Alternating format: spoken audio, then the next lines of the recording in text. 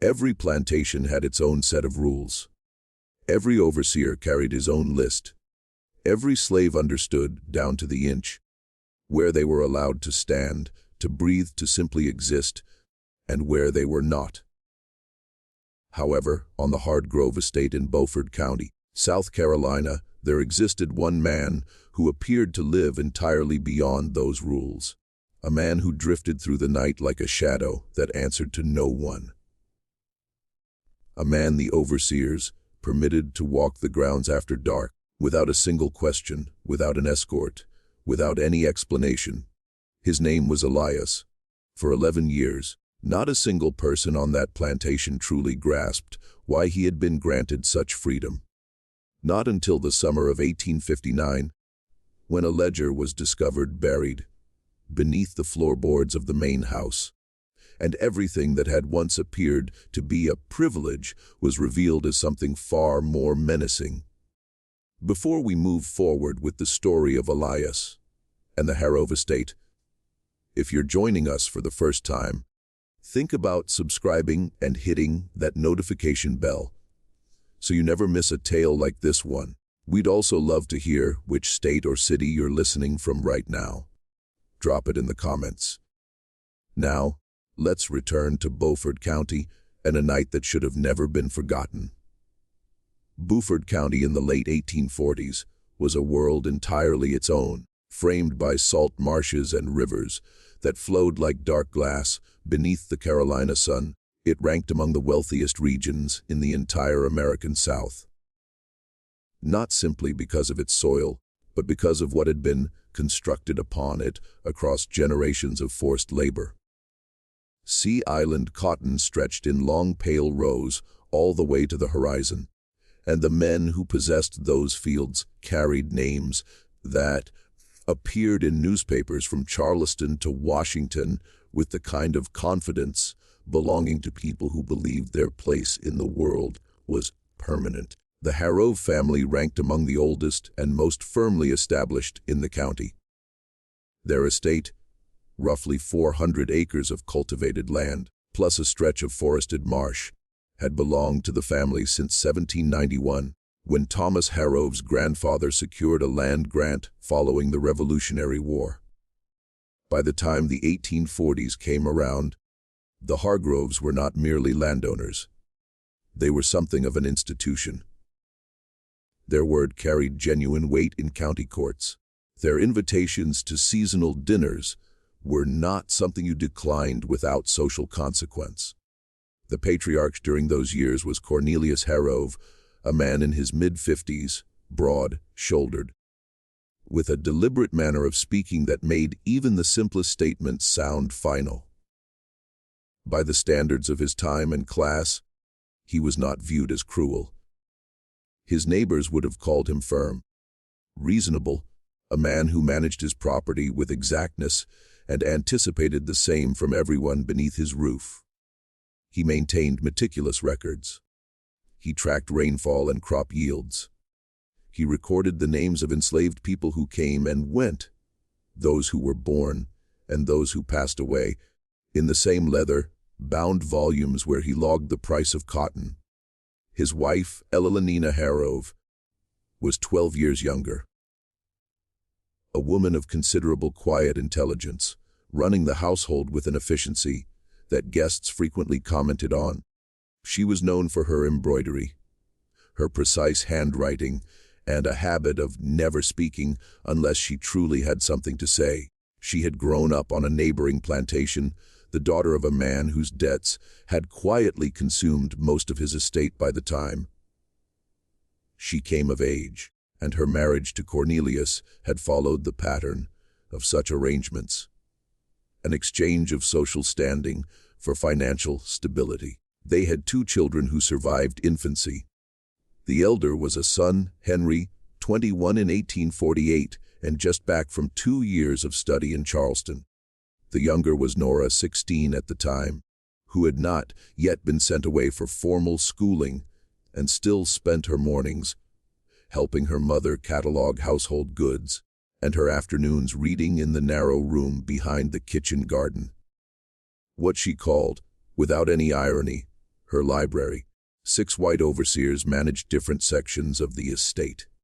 According to the 1848 census records, it held 63 enslaved people. Among them was Elias. He had arrived at the Harrove plantation in 1847, bought at an auction in Savannah, Georgia. The auction record, like so many of its kind, contained only the barest information. Estimated age 28. Occupation listed general field labor. Origin unknown. He had been brought to Beaufort County along with 2 other men whose names appear in the records, but whose paths diverged sharply from his almost immediately upon arrival. What set Elias apart from the beginning was something no ledger column could adequately capture. He was quiet in a way that made people take notice. Not the silence of a man who had been broken. Those who had witnessed enough plantation life could recognize that silence from a distance, like a particular stillness in a body that no longer expects anything. Elias was quiet in the manner of a man who was perpetually listening, perpetually calculating. His eyes would move across a room before the rest of him followed. The overseers noticed. They noted it in the way men, like that, notice anything out of the ordinary. Not with open acknowledgement, but with a change in their behavior. They watched him more closely in those first months.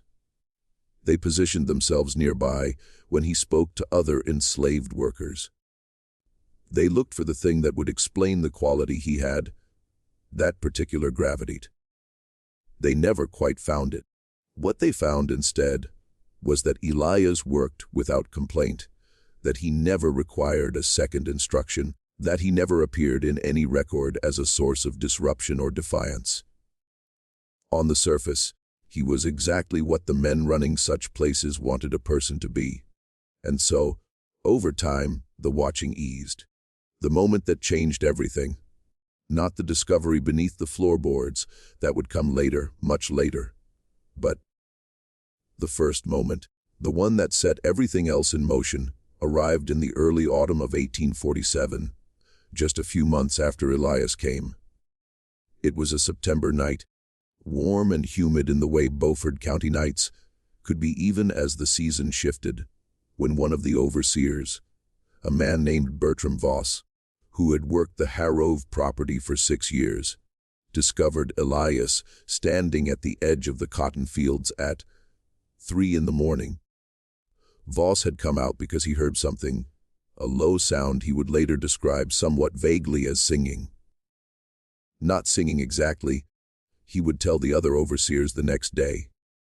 Something quieter, like a man rehearsing words he had memorized so thoroughly they no longer required full voice. What Voss found was Elias perfectly still at the boundary, between the last cotton row and the tree line, facing east, speaking in a voice barely above a whisper. The night was clear. Moonlight made the white bolls of cotton look almost phosphorescent, and the trees behind Elias were black and motionless. Voss put his hand on the pistol at his hip. He called out. Elias turned without haste. He looked at Voss the way a man looks at something he has already accounted for. He didn't run. He didn't speak until Voss was close enough to see his face clearly. Couldn't sleep, Elias said. Voss studied him for a long moment. He would later say that he was prepared to bring Elias back to the quarters by force if needed. That the standard response to any enslaved person found outside at night without permission was immediate restraint and a report to the overseer chief by morning.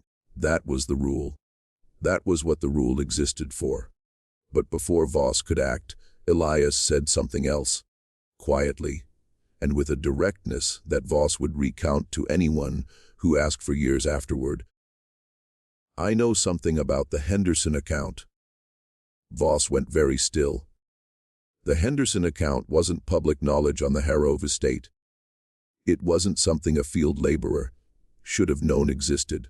It was the name tied to a private financial arrangement Cornelius Hargrove had entered into 3 years earlier. An arrangement involving a competitor's stolen crop yields, falsified correspondence, and a sum of money that had changed hands in ways several people in Beaufort County's mercantile circles would have found highly irregular.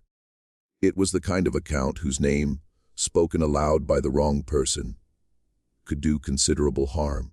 Voss didn't take Elias back to the quarters that night. He walked him to the main house and woke Cornelius Harrove. What passed between Elias and Cornelius in that parlor during the early morning hours of September 1847 was never witnessed by anyone else. The windows were shuttered. The household slept. The conversation lasted roughly 2 hours. According to the single detail Elenina Harrove recorded in her personal diary, that her husband came to bed just before 5 in the morning, smelling of whiskey, and didn't speak until the following afternoon.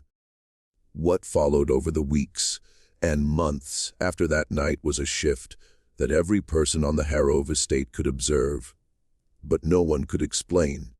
Elias was moved from the field labor quarters to a small outbuilding closer to the main house. A structure previously used for storing tools and tack. The building was cleared out.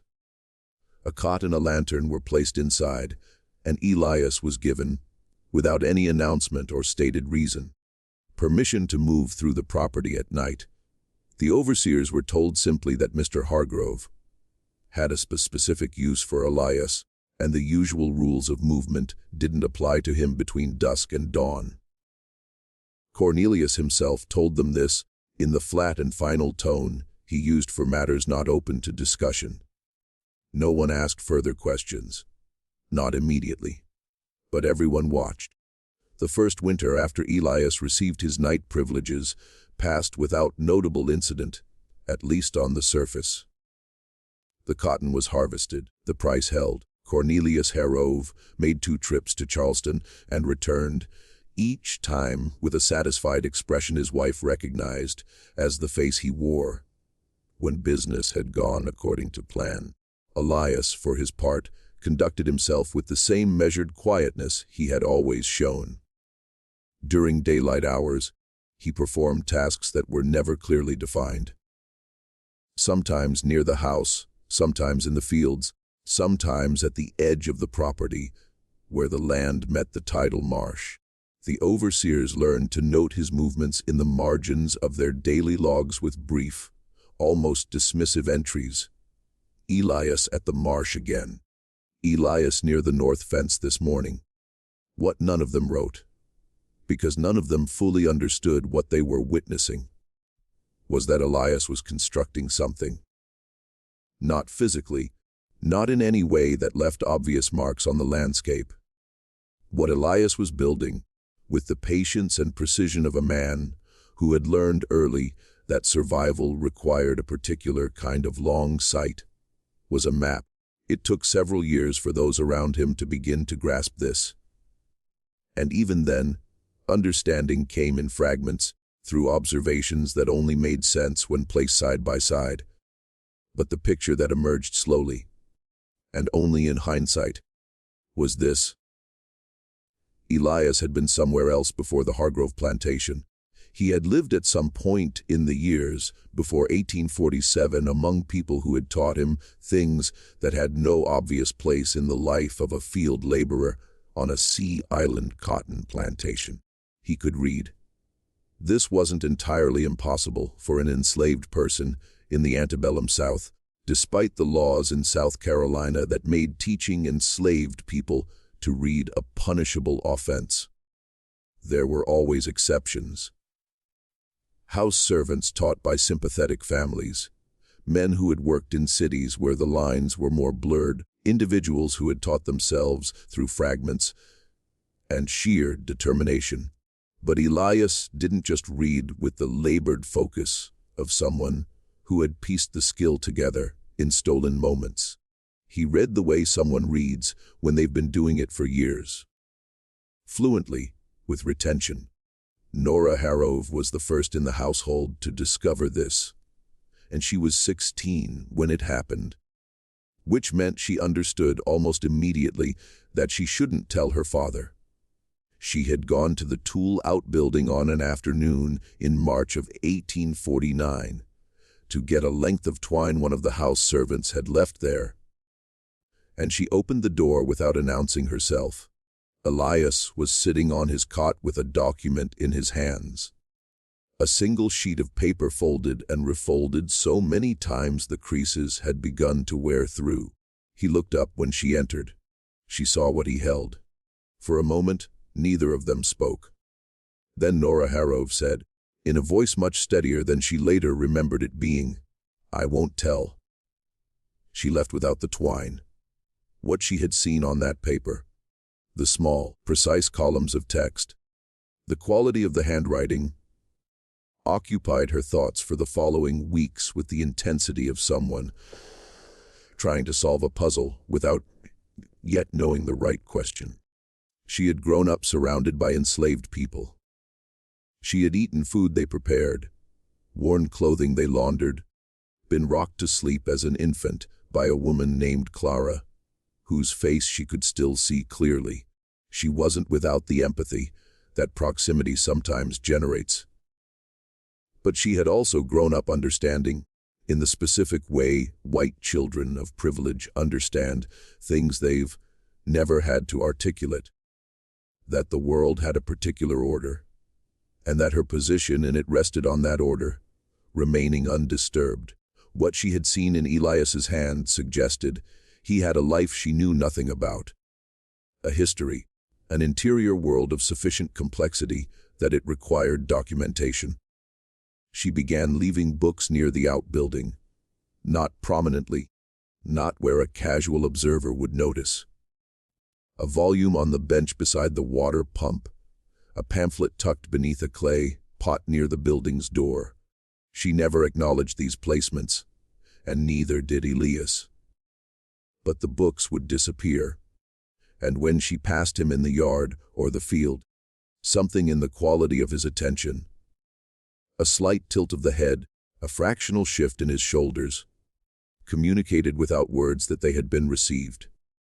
Henry Hargrove noticed none of this.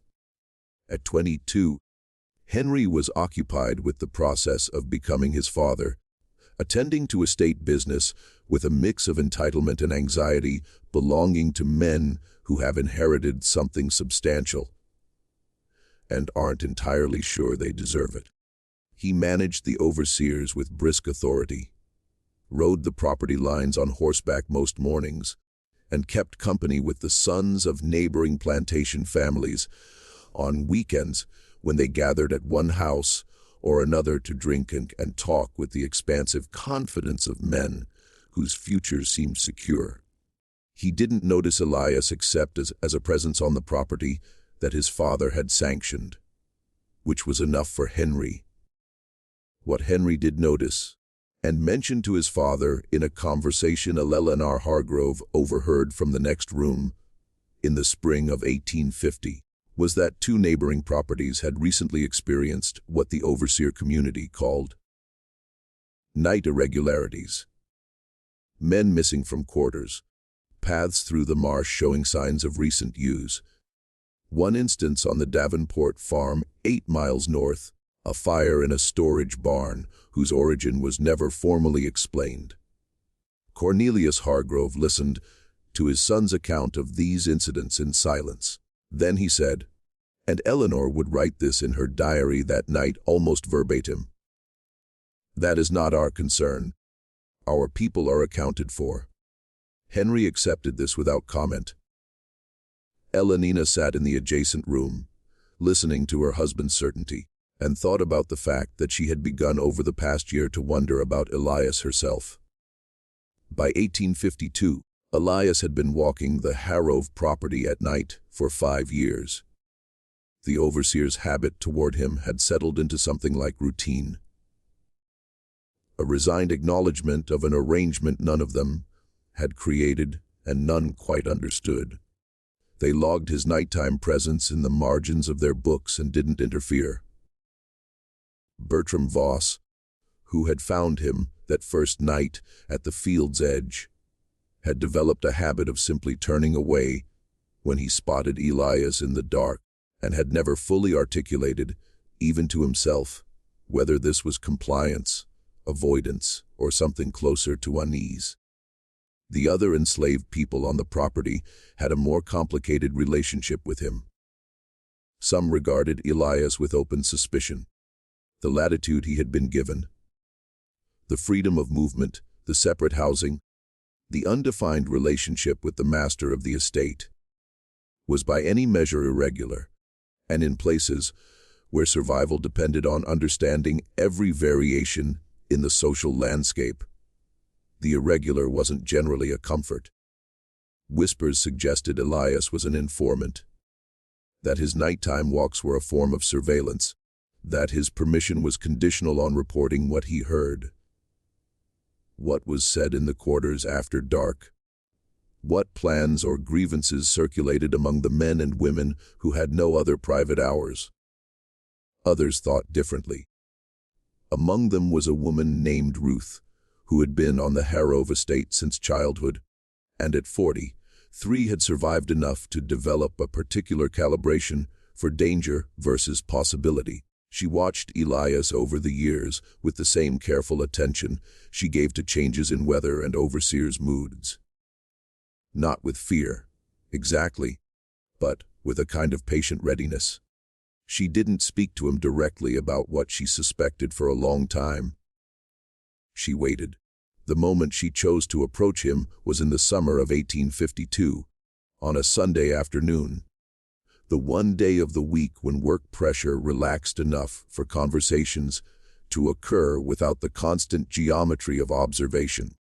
She found him near the marsh at the edge of the property, where the grasses were high and the sound of water covered voices. "You're counting things," she said without preamble. Elias looked at her for a long moment. The marsh moved behind him. "I've been watching you for 5 years. Ruth said. "You count the distances, the time it takes to walk from here to the north fence, how long the dogs take to circle back, how deep the water gets in the channel when the tide's coming in." He didn't deny it. What Ruth understood, and had been testing in her own way for years, was whether Elias was building something for himself or for others. Whether the information he gathered in those nighttime hours was being given to Cornelius Harrove or kept for a different purpose. She had reached her conclusion before speaking to him. The approach itself was the test. If he reported this conversation to the house, she would know. She had calculated the risk and decided it was one she could take. What Elias told her that afternoon, in fragments and with the specific caution of a man who had learned to communicate important things in minimally exposed ways, wasn't everything. But it was enough for Ruth to understand that the arrangement with Cornelius Harrove wasn't what the overseers believed. The Henderson account, the financial irregularity that had given Elias leverage in that first September night conversation, wasn't Elias's only piece of knowledge about Cornelius Harrove. It was the opening bid. Over the years that followed, Elias had accumulated, with the methodical patience of someone conducting a long, careful survey, additional information, additional accounts, additional facts about the Harrove family's financial dealings, their correspondence with business partners, the particulars of certain transactions between Cornelius and a factor in Charleston named Dutton. He hadn't gathered this by reading documents directly, though he was capable. He had gathered it by listening, by being in the right places at the right times, by understanding that people in authority become careless around those they've decided don't matter. Cornelius Hargrove spoke freely in the presence of enslaved household staff, the way men who keep secrets always leave themselves a gap, a place where maintaining their public self relaxes because they believe the audience isn't really there. Elias had been in that gap for 5 years. What Ruth asked him, after he had told her enough that her suspicions were confirmed, was simple What are you building with it? And Elias, for the first time in the conversation, something in his expression shifted from the careful neutrality he wore like a garment into something else. Something that Ruth, who had been reading human faces her whole life, recognized as the face of a man who has been walking a very long road for a very long time and has finally reached a place where he can say something true out loud. "A door," he said. "I'm building a door." This was the beginning of something that would take 7 more years to complete. What Elias meant by a door, and what it would cost him and everyone connected to him before it was finished, wasn't something Ruth fully grasped until much later. But she understood enough to keep his secret. And she understood, in the particular way experience teaches certain things, that whatever Elias was planning, its execution would require everything he had, and a great deal he hadn't yet acquired. Over the next few years, the visible pattern of life on the Harrove estate continued much as before. Cotton grew and was harvested. Overseers kept their logs. Henry Harrove took over more of the day-to-day management from his aging father. Nora Hargrove, at 20 in 1852, began attracting suitors from neighboring families and eventually entered a courtship with a young man from Colleton County, whose family owned indigo fields, and Elias walked at night. But something had changed. Slowly, quietly, in the margins of the observable world, the information Elias was gathering was no longer staying only with him. The first sign that something had shifted in the arrangement between Elias and Cornelius Harrove came in the late spring of 1855. Cornelius was 60 by then, and the years had accumulated visibly thickening joints, a slowing of his already deliberate pace, a tendency toward long silences at the dinner table that Elenina recognized as something other than reflection. His business had changed too. The cotton market was volatile in those years, and the Harroves had weathered 2 consecutive difficult seasons. Henry, to his credit, had managed the estate's accounts competently, but the margin of comfort Cornelius once maintained had narrowed. In June of 1855, Cornelius summoned Elias to the main house at an unusual time, mid-morning, on a weekday, with the household fully active. He brought him to the study on the 2nd floor, a room smelling of tobacco and old paper, lined with exactly the kind of documents Elias had spent 8 years learning to read and catalog in the private record of his memory. Elenina, passing the closed door, heard voices. She couldn't make out words. The conversation lasted 40 minutes. When Elias emerged, she saw him in the upstairs hallway for a moment before he descended. And what she noticed, and would write in her diary that same night in language more guarded than her earlier entries, was that he didn't look like a man who had just received instructions. He looked like a man who had just confirmed something he already knew. The change in Cornelius's behavior after that June meeting was subtle, but not imperceptible to someone paying the right kind of attention. He began spending more time in his study. He requested certain correspondence be brought directly to him rather than sorted through his son. He made a trip to Charleston in August alone, without informing Henry in advance, and returned 3 days later with no explanation beyond business. What Eleanor didn't yet know, and what wouldn't become clear until the ledger was found 4 years later, was that Cornelius had entered into a second arrangement with Elias in June 1855. The first had been the original exchange, Elias's knowledge of the Henderson account for the latitude to move at night. The second was something more structural, more dangerous for both of them. Elias had come to Cornelius in that June meeting not to be summoned, but to present something, to make a proposal. What the proposal exactly was is a matter of inference and reconstruction from documents that survived and documents that didn't. but the outlines are recoverable. Elias had spent 8 years collecting information about Cornelius Harrove's financial affairs. He had also spent 8 years walking the tidal marsh and the property lines at night. And in that time, he had developed a thorough knowledge of something extremely valuable and extremely illegal.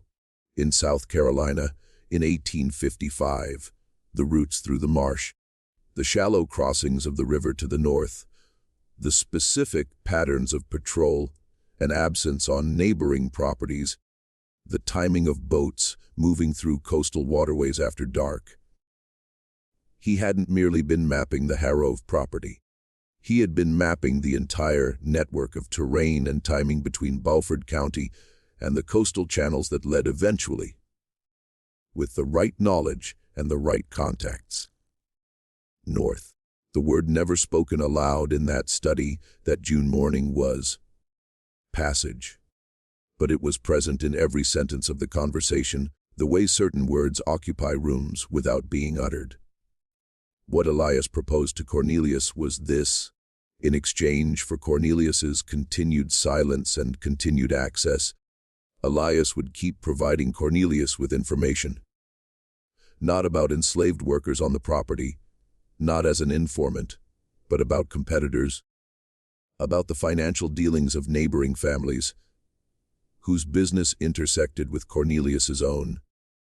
In 8 years of being invisible in the margins of his master's world, he had become, without anyone fully realizing it, a repository of information genuinely useful to a man in Cornelius Harrove's position.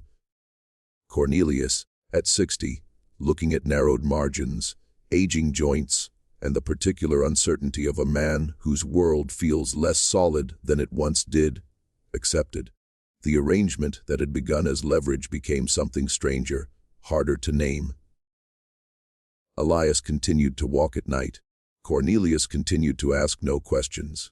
And information flowed in both directions, facts about local business dealings flowing upward to Cornelius, and something else entirely flowing in fragments through the marsh at night into the wider world beyond the Harrove property.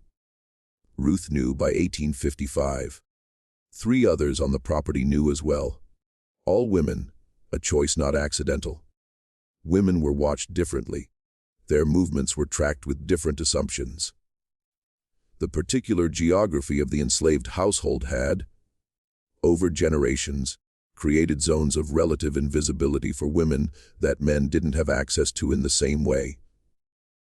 Elias understood this. The thing the 3 women knew. What they held in the careful compartments of their daily existence, carrying it the way people carry knowledge, both precious and dangerous, was that people had been moving through the Harrove property at night for at least 2 years. Not Harrove enslaved people, not yet. People from other properties, from further inland, following routes Elias had spent 8 years making safe enough to use. He hadn't been building a door for himself. He had been building a door for anyone who needed it. The first thing went wrong in October of 1857. Trouble didn't begin on the Harrove property. It began 8 miles away on the Davenport farm, the same property where the unexplained barn fire had occurred in 1850, where an overseer named Garner made an observation he chose to act on, rather than report through usual channels. He had been watching a particular section of marsh for 3 weeks. He had noticed patterns in the grasses, compressions recurring at specific intervals, evidence to a man who knew what he was looking at of regular foot traffic through a supposedly impossible section of tidal wetland. Garner wasn't an intelligent man in most respects, but he had worked plantation land in Beaufort County for 20 years and knew the marsh the way such men know their tools. He didn't go to the Davenport family with his suspicion. He went to another overseer, a man named Prout, who worked a property a mile from the Harrove estate. The 2 spent a week discussing it before going anywhere else. What they decided wasn't to inform their respective employers. What they decided was to watch the marsh at night themselves on 2 consecutive nights in the second week of October and see what they found. On the first night, they found nothing. On the second, they found a trail. Not a person, a trail. Broken grass, still fresh. An impression of a foot in soft mud at the marsh's edge. Too large for a deer, too deliberate in placement for casual wildlife movement. And at the trail's end, where it reached firmer ground, near the Harrow property boundary, a small object pressed into the mud beside a particular tree that both men separately recognized as a marker, a piece of knotted cord. The specific knot pattern was something neither Garner nor Prout had seen before, but it had the unmistakable quality of intentionality. It had been placed there for someone who knew how to read it. They took it. They separated, and both spent the following days turning over what they had found and what it might mean, each understanding with different degrees of clarity that they had come across something considerably larger than one person moving through a marsh. Prout went to his employer. Garner did not. Instead, Garner went back to the marsh alone 3 days later. This time, he positioned himself better, arrived earlier and waited. He waited 4 hours. Then, just before 2 in the morning on a Wednesday night in late October 1857, he saw Elias, not crossing the marsh, but walking the boundary, checking with the unhurried competence of someone performing a routine. The line of the Harrow property, where it met the tidal grass, stopping at certain points, looking, adjusting something Garner couldn't see clearly enough to identify, then moving on. Garner recognized him. He had seen Elias on roads near the Harrow property during daylight hours enough times to know his face, and he knew from overseer community knowledge that Elias was the man on the Harrow estate with unusual night privileges. He didn't confront Elias. He watched. He followed at a distance for part of the circuit, then let him go, because he needed to think. What Garner thought over the next 2 weeks was that he had found something of value. Not as a duty to report. He wasn't especially invested in duty, but as a commodity, as information, as the kind of thing that, handled correctly, was worth considerably more than his current wages. He went to Cornelius Harrow directly. The meeting between Garner and Cornelius Hargrove occurred on a Monday morning in November 1857 at the gate of the main house drive. Cornelius, informed by a house servant that a man from the Prout property was requesting an audience, chose to receive him outside rather than inside, which was itself a signal. Eleanor watched from an upstairs window, without knowing who the man was. She saw her husband's posture go rigid within the first 30 seconds of the conversation. She saw Garner produce something from his coat pocket small enough to hold in one hand, and saw Cornelius reach out and take it. She couldn't hear words from where she stood, but she had spent 30 years reading her husband's body, and what she read in the way he stood at the gate that November morning wasn't quite what she expected from a man receiving threatening information. It was something closer to a man who has been anticipating a particular knock on a particular door for a long time and has finally heard it. Cornelius thanked Garner, gave him a small sum of money, enough to suggest acknowledgement without suggesting fear, and sent him away. Then he went to find Elias. The conversation between them that followed was the second undocumented one. The second that took place without witnesses behind closed doors in the early hours of a November morning, while the rest of the household slept. It lasted longer than the first. Eleanor, unable to sleep, heard the low murmur of voices from her husband's study past 3 in the morning and lay awake in the dark, listening to the sound of 2 men negotiating something she didn't yet have words for. When Cornelius came to bed as the sky began to lighten, He lay beside her without speaking for several minutes. Then he said, "Some things are going to change." She waited for more. More didn't come. She lay beside him in the growing pale light and thought about the knotted cord, which she couldn't have known about, and about Elias, who she had been thinking about for 10 years, and about the particular quality of her husband's voice when he said those 6 words. Not afraid, not resolved, but something in between, something that sounded very faintly like relief. The ledger was found in March of 1859. Not by Cornelius, not by Eleanor, not by Henry, or by Nora, who had by then been married 2 years and lived in Colleton County. It was found by a new overseer, a young man named Aldous Crane, hired in January of that year to replace Voss, who had departed the Harrove property under circumstances described as personal, and not explained further. Crane had been given a general tour of the outbuildings in his first week and told which structures he was responsible for and which were not his concern. The tool building where Elias had lived for 12 years was in the latter category, not his concern. He had been told this by Henry Hargrove, who had taken over full management the previous year following his father's declining health, and who relayed the instruction about Elias with the specific firmness of someone repeating something he himself had been told and didn't fully understand. Crane accepted the instruction for 6 weeks. He was 23, ambitious in the way of young men who feel underutilized, and had spent those 6 weeks observing the estate with the proprietary attention of someone who believes they're more competent than those currently in charge. He noticed the tool building. He noticed that Elias moved through the property with a latitude none of the other men had.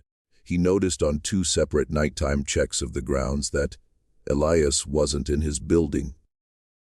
He asked about it. He was told again that Elias wasn't his concern. On a Thursday evening in the first week of March, while Elias was somewhere on the property's night circuit, Crane went to the tool building and searched it. What he found wasn't immediately legible. The space was spare: the cot, the lantern, a wooden box, a bundle of cloth. He opened the box. Inside were several folded documents, some scraps of paper with marks he recognized as writing but couldn't entirely parse. And beneath these, wrapped in oilcloth and pushed to the bottom, a ledger. It was a small, worn ledger, the kind used for household accounts, filled from front to back in a small, precise hand. On the first page at the top a date, January 1848. Below it, organized in columns, a record. It wasn't financial. The columns didn't track money. They tracked something else.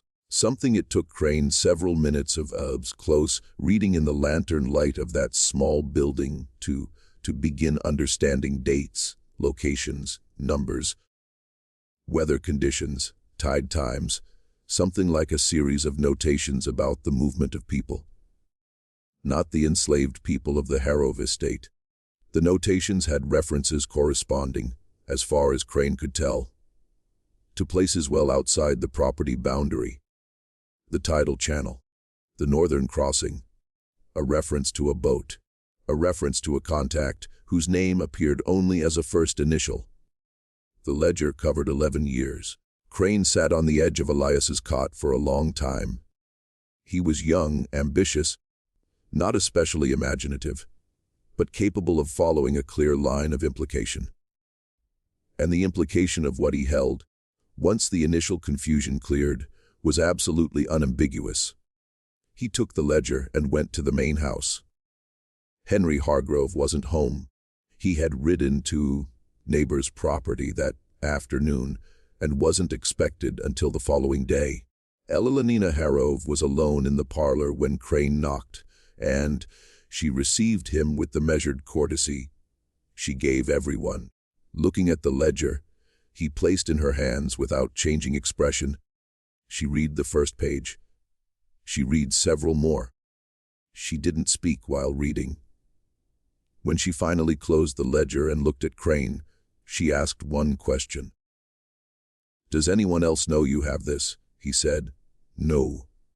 She put the ledger in her lap and sat very still for a moment Crane found difficult to interpret. Then she told him she would need to speak with her husband in the morning, and that, in the meantime, he was to say nothing to anyone, not to the other overseers, not to the workers, not to anyone. Crane left. Ilalanina sat with the ledger in her lap until the parlor grew dark around her, and she had to light the lamp herself. What Ilalanina Harov did that night has been pieced together from 3 separate sources: her diary, a letter she wrote to her daughter Nora that was never sent and found among Nora's papers decades later, and the account of Ruth, still on the Harov property in 1859, who came closest to understanding what had happened. Ilalanina read the entire ledger. It took most of the night. What she found wasn't simply a record of routes and passages. It was a record of names, not full names, initials in many cases, or descriptive references. The man from Drayton's, or 3 from Jennings, 2 women and 1 child. But it was a record nonetheless of individual human beings who had moved through the Harov property under cover of the night privileges granted to Elias and had gone somewhere away. The ledger recorded, in its 11 years of small careful columns, 112 people. Eleanor sat with this number for a long time. 112 people who had walked through her husband's property. Through the marsh she had looked at her entire married life without fully knowing what it contained, and gone north, gone away, gone somewhere that wasn't here. She thought about the conversation where her husband said, "Some things are going to change," and understood, sitting in her parlor in the lamplight, that they had already changed years ago, that she had been living inside a change, without being told it was happening. She thought about what Crane would do in the morning when he came back for his answer. She thought about what Henry would do when he came home. She thought about Elias, somewhere on the property at that moment, walking the circuit he had walked for 11 years.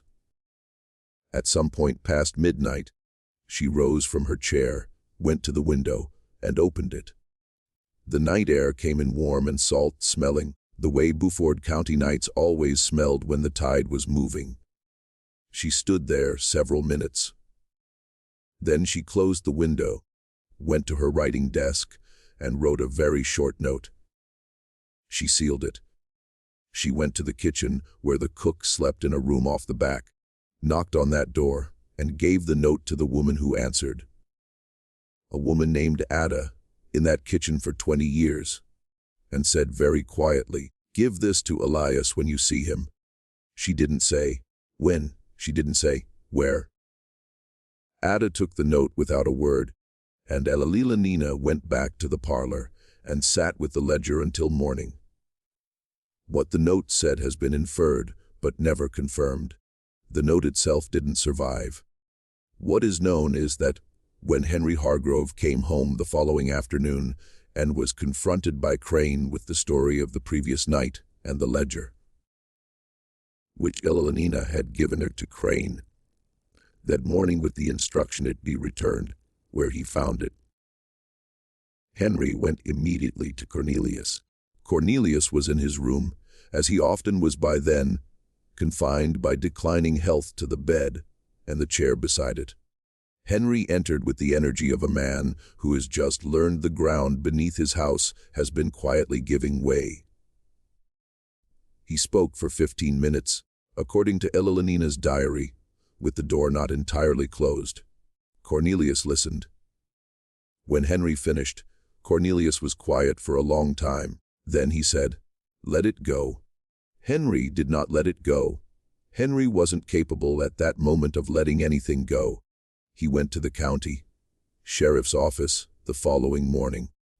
But when the sheriff arrived at the Hargrove property on the afternoon of the day after that, And when Crane took him to the tool building, the building was empty. The cot, the lantern, the wooden box, the documents, all of it gone. Elias was gone. The investigation that followed wasn't extensive. The sheriff was a man named Lott, who had served Beaufort County for 14 years and developed a practical relationship with his jurisdiction's complexities. He interviewed Crane. He interviewed 2 other overseers. He did not, because it wasn't then customary, interview Eleanor Harrove or Ruth or Ada or any other enslaved women on the property. He filed a report. The report noted an enslaved man named Elias, property of the Harrove estate, had absconded. His description was provided. His approximate age, estimated at 40, was noted. The circumstances of his disappearance were described in terms mentioning the ledger only obliquely, as documents of uncertain origin found in his possession.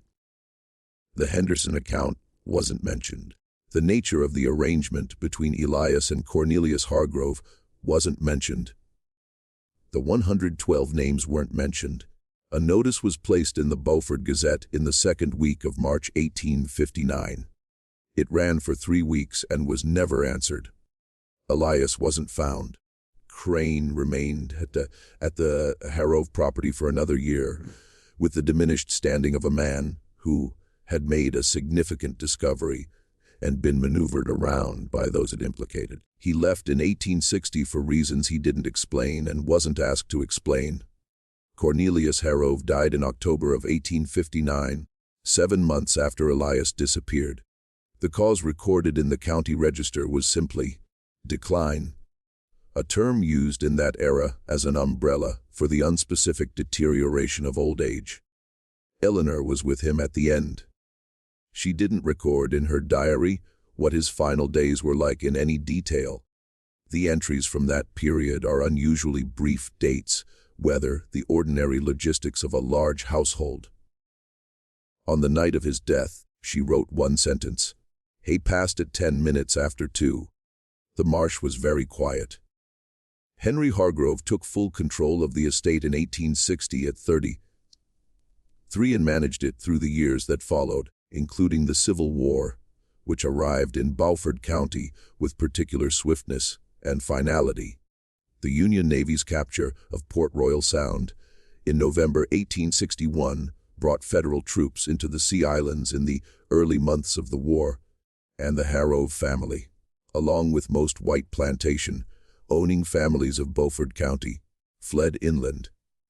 They left behind the estate, the cotton, the outbuildings, and the enslaved people who, in the weeks following the planters' flight, found themselves in the extraordinary position of being the only people left on the land. They had spent their lives working. Ruth was among those who stayed. She was 52 in 1861 and had nowhere else to go and no desire to follow the Harroves anywhere. She stayed on the property through the Port Royal experiment, the federal government's effort to demonstrate that formerly enslaved people could manage land and labor themselves. She died in Beaufort County in 1874, 15 years after Elias disappeared, surrounded, according to a brief mention in a church record from that year, by family. Ada, the cook who had carried Eleanor's note across the dark kitchen in March of 1859, lived until 1881. She is listed in the 1870 and 1880 Freedmen's Census records as a resident of Beaufort County. She never spoke publicly about the events of that night. Or if she did, not in any form that was written down. Eleanor Harrove never returned to the Beaufort County property. She went to her daughter's home in Colleton County following her husband's death and remained there. She died in 1877. Her diary, 16 volumes covering the years 1835 to 1877, passed to Nora and was eventually deposited, in fragments and through a chain of descendants, with a historical collection in Columbia, South Carolina, where it remained largely unread for decades. The ledger was never found, not by the sheriff in 1859, not by any subsequent investigation, not in the years after the war, when the property changed hands repeatedly. Whatever it contained beyond what has been inferred, whatever fuller record Elias had maintained of those 11 years of careful, patient, nocturnal documentation, vanished with him. What the ledger was, in the end, was both more and less than the story that formed around it. It wasn't a supernatural document. It wasn't a manifesto. It was a practical record kept by a practical man of something that was happening with or without the ledger's existence. The 112 people moved through the tidal marsh of Beaufort County between 1848 and 1859. Following Rotes, one man had spent years mapping with the thoroughness of someone who understood that a single wrong turn, a single miscalculation of the tide, a single moment of being seen would, and not just his own project, but everyone who depended on it. The arrangement with Cornelius Herove, the exchange of information for latitude, the trade of financial intelligence for the specific freedom of nighttime movement, was, in retrospect, a structure of remarkable delicacy. Two men in a relationship defined entirely by power and ownership had reached, through a combination of leverage and calculation, an agreement serving interests neither could fully acknowledge to the other. Cornelius received information useful to his business. Elias received the time and access he needed to build what he had come to the Herove estate to build. Whether Cornelius knew fully and explicitly what Elias was doing with the marsh roots is a question Ella Lenena's diary raises and doesn't answer. The diary suggests he suspected. It suggests the November 1857 conversation after Garner's appearance. The gate was the moment both men acknowledged, without complete candor, what the arrangement had actually been. And it suggests Cornelius's instruction. Let it go. Wasn't the response of a man deceived, but of a man who, over 12 years, had arrived at a position complicated in ways he couldn't articulate and decided not to try. The Henderson account itself, the original leverage, was never fully exposed. It surfaced once briefly in an 1862 legal dispute over the Herove estate's wartime obligations, and the reference in that case file is the most explicit documentary evidence of its existence.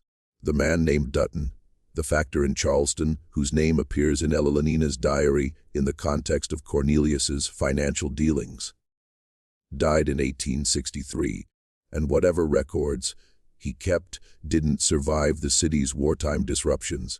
The routes through the Beaufort Marsh were used in various forms for years after Elias departed. The tidal crossings he had mapped remained viable. Other people in the years of the war and after navigated them. Whether they navigated them because of knowledge he had left behind, passed on through Ruth or Ada or others whose names aren't in any surviving record, isn't something that can be verified.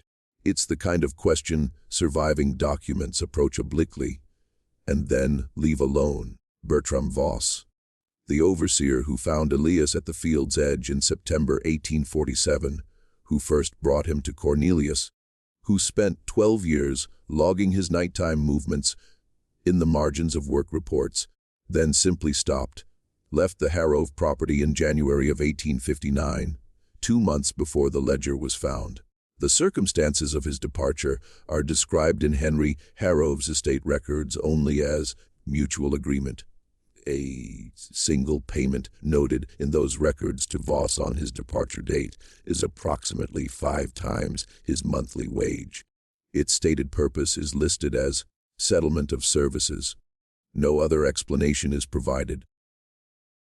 A question sits at the center of this story.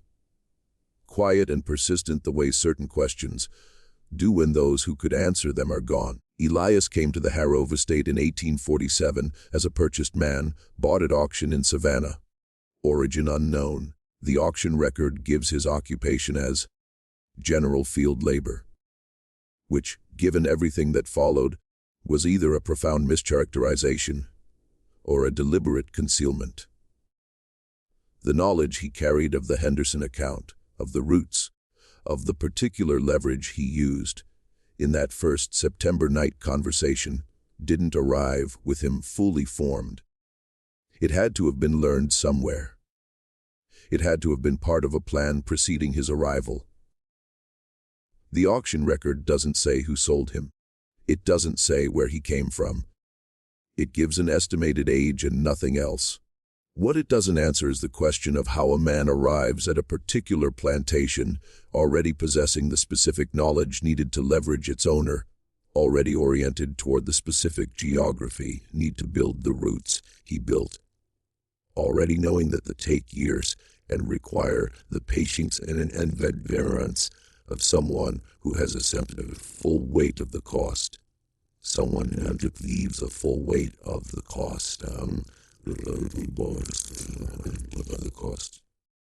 It doesn't answer that question because auction records weren't designed for that. They were designed to record prices. The Harrow estate was sold in 1866 after the war as part of the Sea Islands land redistribution efforts under federal policy. The main house stood until 1891 when it burned in a fire whose cause was listed in the county record as undetermined. The tool building, the small outbuilding that had been Elias's home for 12 years, was demolished at some point before 1880. The marsh is still there. The tidal grass still moves the way it moved when a man named Elias walked through it on winter nights with a lamp turned low and his feet finding the dry path through the water with the certainty of someone who had committed every inch of it to memory. If this story stayed with you, if the question of what Elias knew, and when he knew it, and what it cost him, and what he chose to do with that cost kept you in your seat until the last word, then leave a comment below and let us know where you're listening from. Stories like this one deserve to be heard. Subscribe, hit the notification bell, share this with someone who loves the deep, dark corners of history. We'll see you in the next.